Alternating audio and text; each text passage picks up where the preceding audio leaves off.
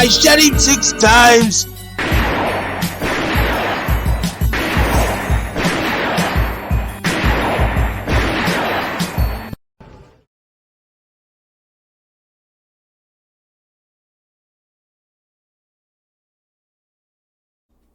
What's going on, horror fanatics? Welcome to I shot him 6 times! YouTube Horror Movie Channel. As you know, I'm your host and creator of the channel, Marcus. If you have not done so already, please shoot this video a like. It helps out with the YouTube algorithm a ton. As well as if you're a new viewer to this channel, please shoot that subscribe button as well as that notification icon so you get all the latest content updates to the channel. As well as if you would like to become a member to the channel, head over to the channel dashboard, shoot that join button, and click what level membership best suits you.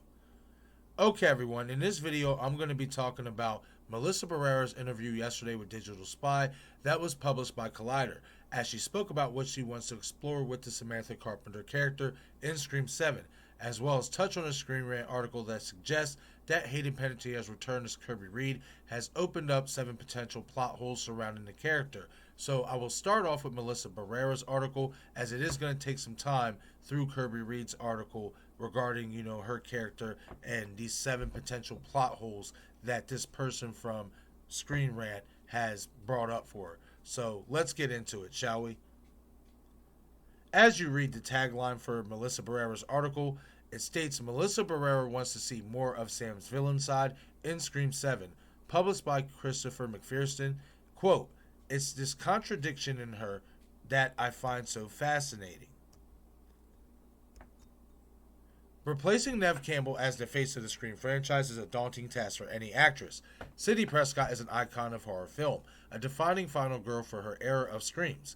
In order to stand out, you have to be a little bit different, and that's where Melissa Barrera's Sam Carpenter comes in. The self-coined rebooted sequel, sees a new generation of Woodsboro's finest come head-on with Ghostface.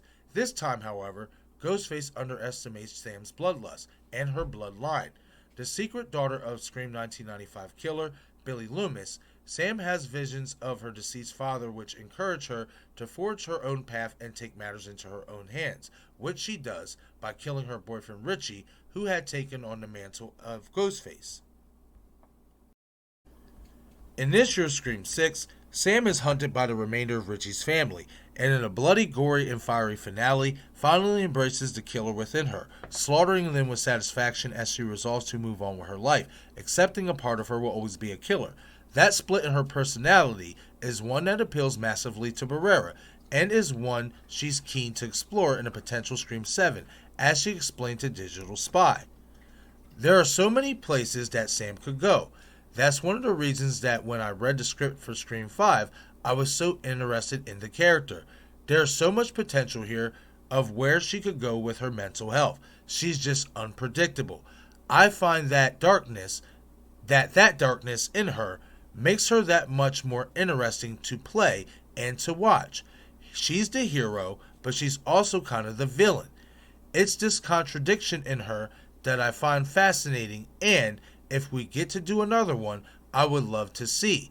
The writers have done a really good job with her up until this point, so I trust them just to know where to take her in a way that will be unexpected and cool for the fans.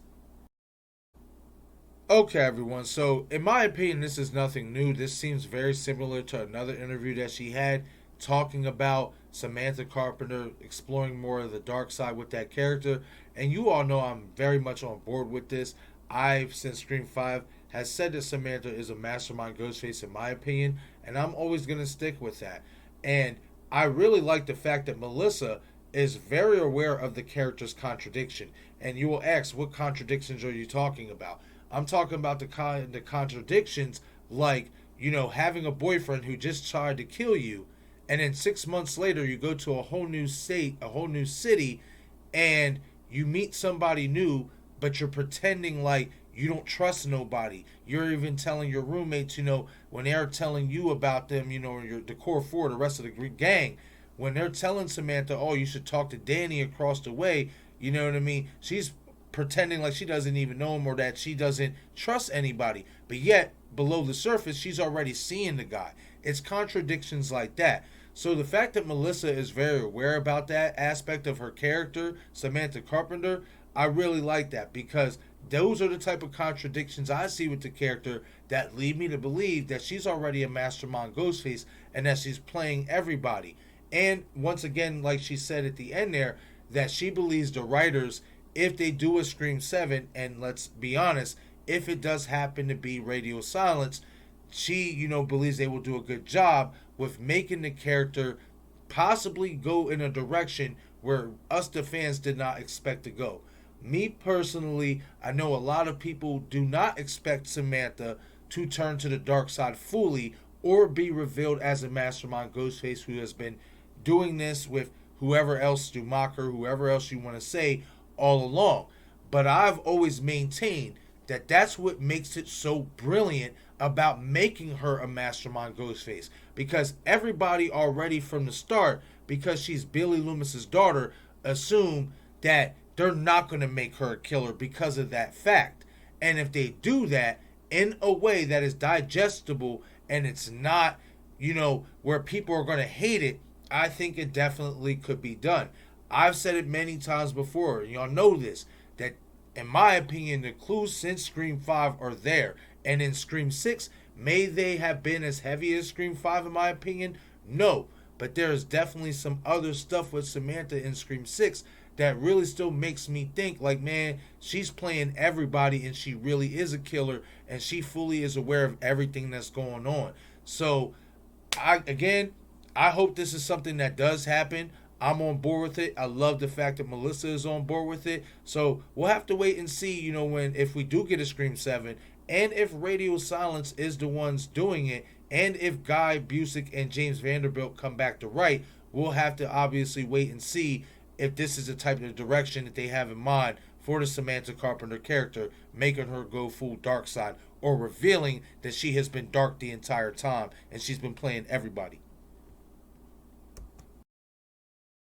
Okay, everyone, now we move on to the Screen Rant article that talks about Hayden Panettiere's character Kirby Reed, and the tagline reads, 7 plot holes created by Hayden Panettiere's return as Kirby Reed in Scream 6, published by Patricia on May 30th, 2023. Kirby Reed was the heroic final girl of Scream 4. However, her current career as an FBI agent specializing in Ghostface opens up several plot holes. The revelation that Kirby Reed, the final girl of Scream 4, is now an FBI agent creates 7 plot holes for her in the Scream franchise. According to Kirby herself, she joined the FBI sometime before the events of Scream 2022, displaying a strong interest in the Ghostface killings due to her own traumatic experiences. Following the events of Scream 4, there was an 11-year gap leading up to the events of Scream 2022, during which Kirby had either relocated or been assigned to the Atlanta, Georgia field office for the FBI. However, Detective Wayne Bailey, one of the 5 identified Ghostface killers in the film, claimed that Kirby had been dismissed from the FBI due to emotional problems and erratic behavior. While Bailey's statement could be seen as an attempt to shift suspicion away from himself, it does offer a potential explanation as to why Kirby appeared alone and did not assume control of the investigation on behalf of the FBI. While Kirby's involvement with the FBI proves helpful in catching the killers in Scream 6, it also introduces several plot holes and unanswered questions due to the timing of her FBI career. Okay, everyone, so before we really get into the 7 plot holes that Patricia has for Kirby Reed, I actually want to point out something in this opening statement that she wrote in this article that really caught my attention. She talks about the potential explanation as to why Kirby Reed appeared alone and did not assume control of the investigation on behalf of the FBI. Why that stands out to me is for 2 reasons. One, usually when an FBI agent is coming to take over or to at least work with another jurisdiction on a case, they usually have a partner come with it. That is something that I found very interesting about Kirby Reed. She did not have any partner with her. She came alone. And then number 2, why did she not seize control of the entire investigation when she had the power to do so? Now, some will say, oh, remember, Marcus, she said she didn't want to get into a jurisdictional pissing contest with Bailey.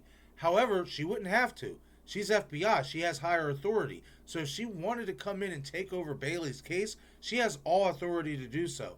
So that is a statement that really caught my attention as we lead into these 7 plot holes for Kirby Reed.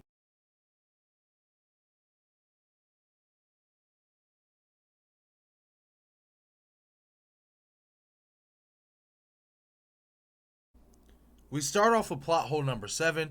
How did Kirby not find Richie and Amber in Scream 5 but found Greg and Jason?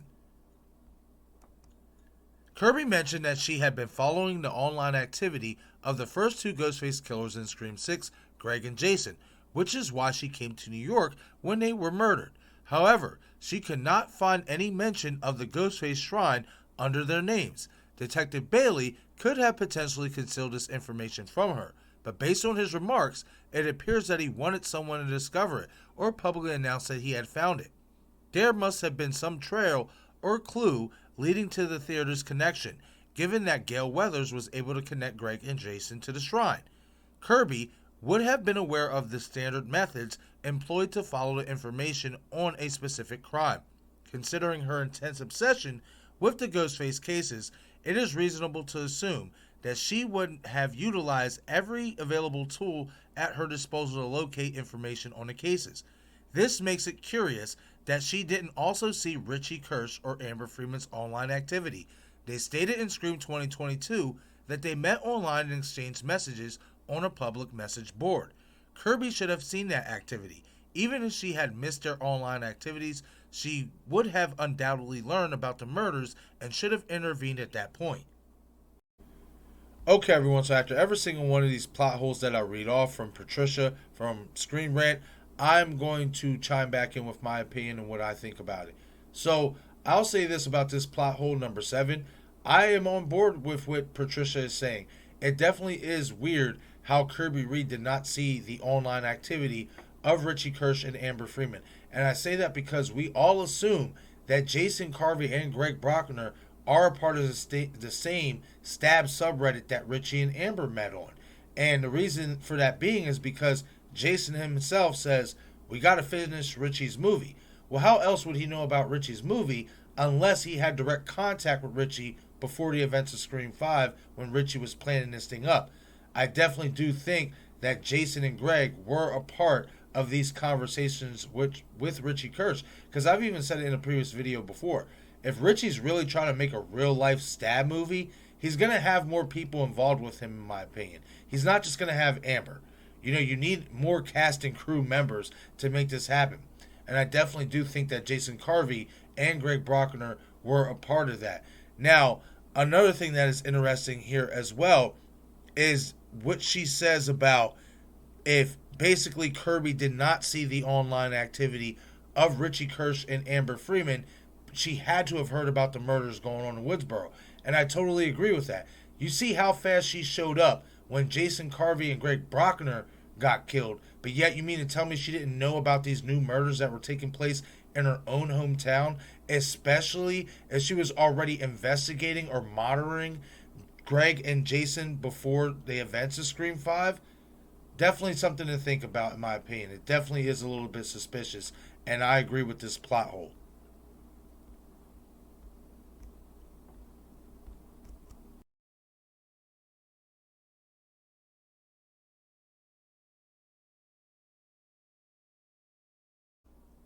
Number 6, Kirby failing to return to Woodsboro for Scream 5's killings makes no sense. Kirby might not have been able to actively intervene or conduct investigations during the Ghostface killings in 2022. Still, she would probably have been aware of the events and their impact. Woodsboro was her hometown, meaning she had connections with numerous individuals in the area. In fact, Kirby attended high school around the same time as Samantha Carpenter, one of the survivors of Scream 2022. Although they may not have personally met during their time in school, the small town dynamics would have ensured that they were aware of each other's existence. Given Kirby's personal investment in the Ghostface cases, it would be expected that she would return to Woodsboro and offer her assistance in Scream 2022. Woodsboro held sentimental value for her, and she would have felt compelled to contribute her knowledge and expertise. Additionally, Kirby had established relationships with Gail, the former chief Dewey Riley, and Deputy Judy Hicks. Their familiarity with Kirby would have likely resulted in a warm welcome and a willingness to collaborate, in contrast to the typical reluctance of local law enforcement to involve the FBI in their cases. Okay, everyone, so to touch on plot hole number 6 about it makes no sense for Kirby Reed that she did not return to Woodsboro in Scream 2022 to help out solve these new murders. And I agree with this plot hole as well. It kind of takes me back to the previous one where I said, it makes no sense for her to go to New York to basically chase down Jason and Greg because she believes they have suspicious online activity that regards Ghostface. But yet, when Ghostface murders are actively happening in her hometown with people that she still cares about, at least you would assume she would, and that she has connections with, like Dewey Riley, like Deputy Hicks, so on and so forth, you would like to think that with her newfound expertise in the FBI, that she would find it a lot more easier to work with these people as well as help because they know each other. That's her hometown. Like Patricia said, there's sentimental value there. And the fact that she did not show up in Scream 2022, in my opinion, is a plot hole. And it's something that I'm glad Patricia actually pointed out because it's something I think a lot of us really haven't looked at in terms of the Kirby Reed character because we're just was happy to have her back.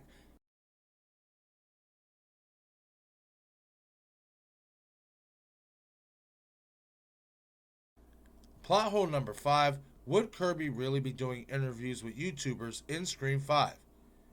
As an FBI agent, Kirby would have been subject to various laws restricting when and how she could talk to the public. The Hatch Act, the Privacy Act, and other laws and regulations impose restrictions on the public political activities and job-related discussions of employees working in federal agencies. Additionally, it is highly likely that Kirby held a security clearance as part of her role within the FBI. Security clearances are granted to individuals who require access to classified information during the course of their duties. These clearances come with the stringent rules and protocols, and one of the fundamental principles is maintaining confidentiality regarding ongoing cases and sensitive information. With these considerations in mind, Kirby would have faced significant constraints when it came to discussing her cases or engaging in public discourse. Discussing her work or even personal experience with the Ghostface case with a well-known YouTuber would have required approval from the appropriate authorities. The clearance process often involves thoroughly reviewing and vetting individuals' activities, contacts, and affiliations to ensure that classified information remains protected. On top of this, the FBI and other agencies tend to have policies restricting discussions of ongoing cases, like Ghostface. Given all this, it's unlikely she would have been permitted to talk to someone on social media in Scream 2022.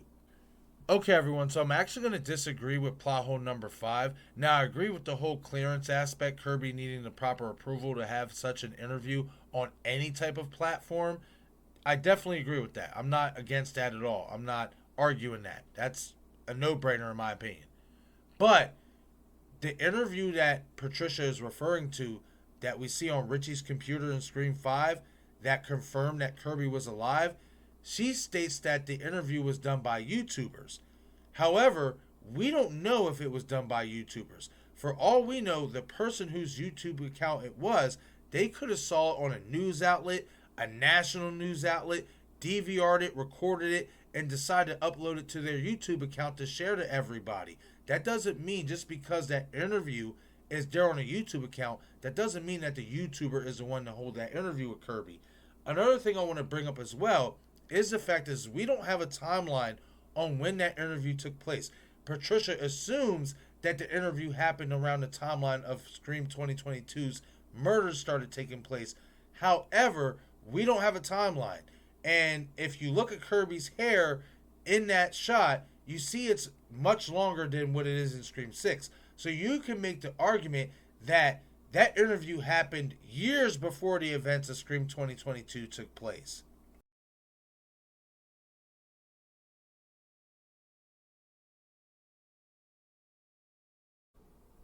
Plot hole number 4. How did Gail not know that Kirby became an FBI agent? In Scream 6, Tara punches Gail when she first comes to report on the Ghostface New York killings.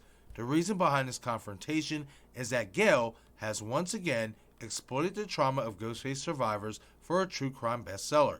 Her books are sensationalized but well researched in terms of facts. It is evident that Gail possesses a knack for thorough research, as demonstrated by her ability to uncover various crucial details throughout the Scream franchise, such as the theater's location in Scream 6. Given her astute investigative skills, it is perplexing that Gail is surprised by Kirby's transition into an FBI agent. Gail almost certainly had her own alerts and tracking mechanisms in place to monitor survivors' activities and stay informed about any new killings. That makes her apparent lack of knowledge regarding Kirby's career choice after Scream 4 very unlikely, given the ease with which such information can be obtained, even for a layperson. This inconsistency in Gail's awareness of Kirby's professional trajectory doesn't fit with Gail's usually impeccable research. It is just improbable that Gail would be unaware of such a significant development in Kirby's life, particularly considering her propensity for delving into the lives of survivors and the intricate details of the Ghostface cases. Okay, so this is another plot hole that I am going to agree with, because it's just a fact. Like, how did Gail not know that Kirby was a part of the FBI? And I know we only know that Kirby's number was in Dewey's phone. We don't know how long her number was in Dewey's phone. But I'd like to think, especially given Gail's history of keeping track of people and keeping track of former Ghostface survivors at that, especially because, you know, she loves to write her books. I agree. I find it very difficult to believe that Gail did not know that Kirby was an FBI agent. Plot hole number 3, it is unbelievable that Kirby didn't reach out when Dewey and Judy died. It is plausible that Kirby may have had reasons for not wanting to return to Woodsboro during the Ghostface killings of Scream 2022, such as personal concerns or being engaged in another ongoing case. However, it is deeply implausible that she would not have reached out to Sidney Prescott and Gail Weathers upon hearing about the deaths of Dewey and Judy. Kirby had a long-standing connection with both Dewey and Judy, as they were members of her local law enforcement and part of her close-knit community. Furthermore, considering Kirby's own transition in becoming a law enforcement officer herself, it would have only deepened the bond she had with Dewey and Judy. Given this significant loss in Scream 2022, it is difficult to fathom that she would not have at least made the effort to stop by for a day or two on bereavement leave to attend the funeral and offer her support. The absence of such a gesture seems unlikely, considering the small-town dynamics and the sense of solidarity that typically arises in times of tragedy. Kirby may have not wanted to return, but she would have likely felt obligated to do so, given her personal history and the interest in the Ghostface killings.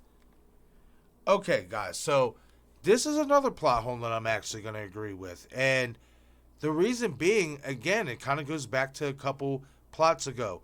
Like, you show up to a place, an entirely different state that has no sentimental value to you, but yet you're not going to return home for people that you know, people that you supposedly care about. You're not going to go back and pay your respects. Nothing, no nada. And we can make this assumption that she didn't do so because of how surprised Gail was to see her and the fact that Gail didn't even know she was an FBI agent. So that tells us right there that Kirby didn't even bother to reach out to Gail at the least. If she didn't reach out to Sidney, maybe that's a little bit understandable. But to not reach out to Gail over Dewey, especially when we know her phone number is in Dewey Riley's phone, that is funky to me. So I'm definitely going to have to agree with this plot hole right here for number 3, for sure. Plot hole number 2, Kirby should have known something was wrong with Wayne Bailey. Detective Wayne Bailey and his 2 psychotic children, Quinn Bailey and Ethan Landry, were revealed to be 3 of the 5 Ghostface killers in Scream 6.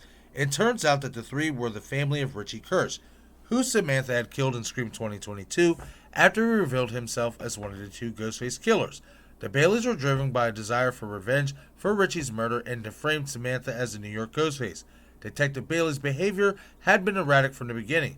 However, this was initially dismissed as a manifestation of his grief over Quinn, who appeared to have died early in the film. However, as an FBI agent, Kirby would have undergone training to recognize behavior indicators of individuals who may pose a threat or exhibit unusual behavior.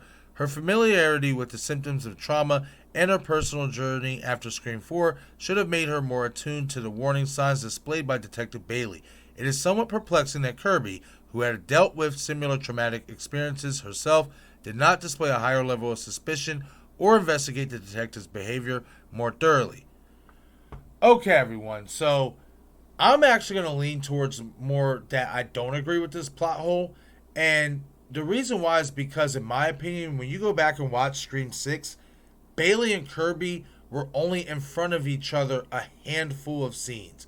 And the scenes where he made me feel the most suspicious of him, she wasn't around. She shortly came into the frame afterwards. And I'm talking about the scene after Quinn supposedly dies, and he comes out of the alleyway and he walks up to Samantha. He's putting on the fake waterworks, and he's like, "You fuck with my family, you die."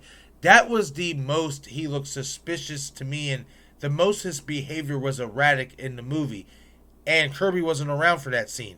She literally pulled up right after that happened. So I have to disagree with this plot hole that Kirby should have known more.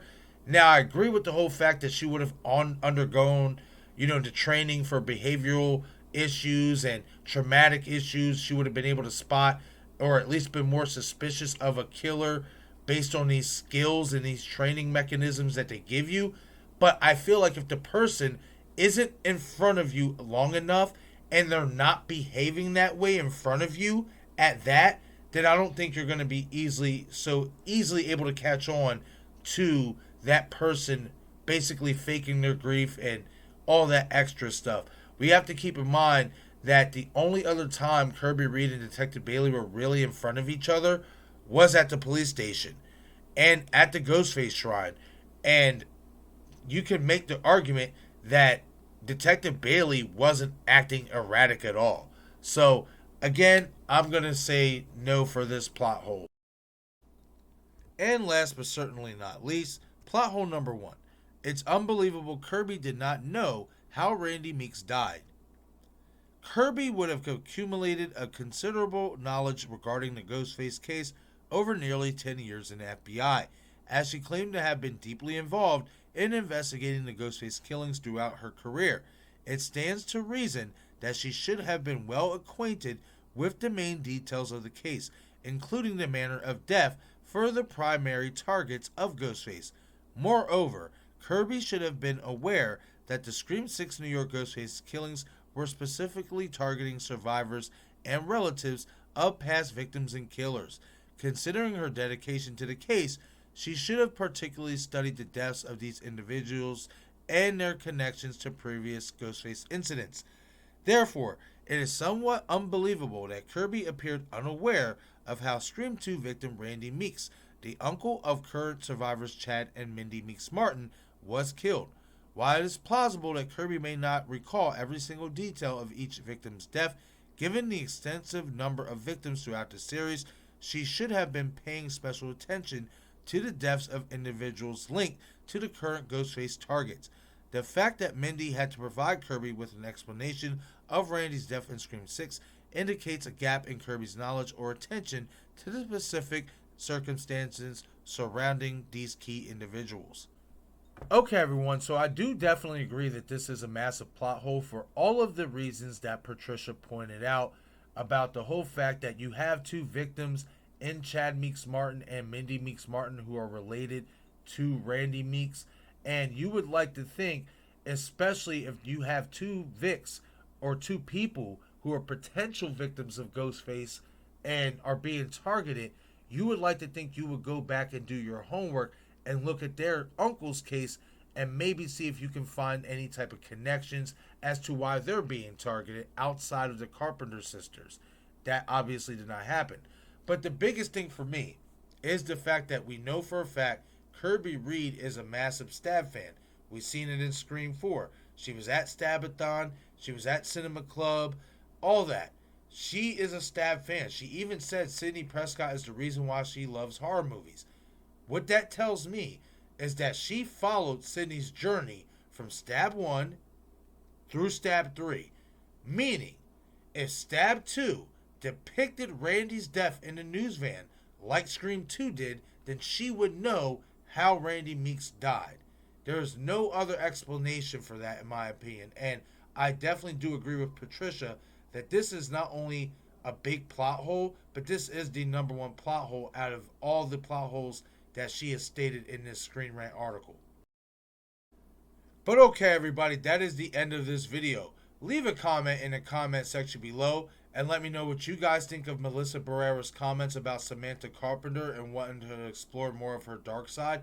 Is this something that you would like to see, or is this something you would not like to see and you would like to kind of see her be the same character that we've gotten in Scream 5 and in Scream 6? That she's a final girl with a twist, if you say, with a villain twist, but she's not going to go full on villain.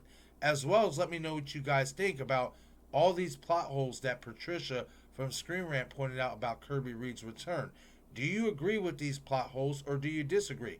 I would love for you guys to leave a comment because I would love you guys' thoughts and opinions on these plot holes that Patricia has stated in the Screen Rant article. Once again, this is... I shot him 6 times!